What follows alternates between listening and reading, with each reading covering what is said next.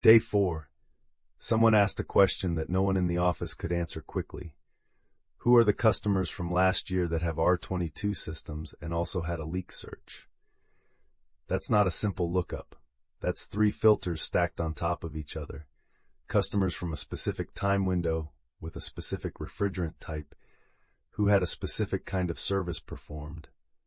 To answer that by hand, someone's sitting at a desk for an hour, maybe 2, scrolling through hundreds of service records, cross-referencing equipment notes against job descriptions. So a tech texted the question to TechBrain.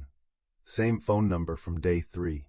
Plain English, nothing formatted, just the question. A few seconds later, the answer comes back. 70 customers, names, addresses, what equipment they have, when the leak search happened. Sorted and ready.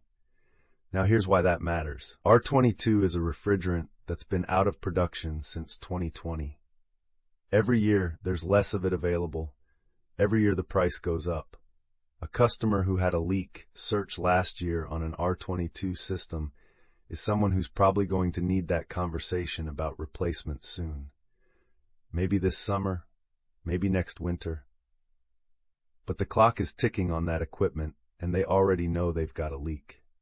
That's 70 phone calls the office can make. Not cold calls, not marketing blasts.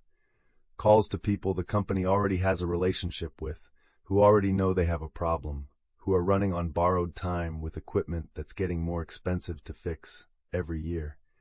Before this, that list didn't exist. The data was there, buried across thousands of service records, but nobody had the time or the tools to pull it together. Now it takes a text message. That's the part of AI that doesn't get talked about enough. It's not just answering questions. It's finding the questions nobody thought to ask and making the answers easy to get.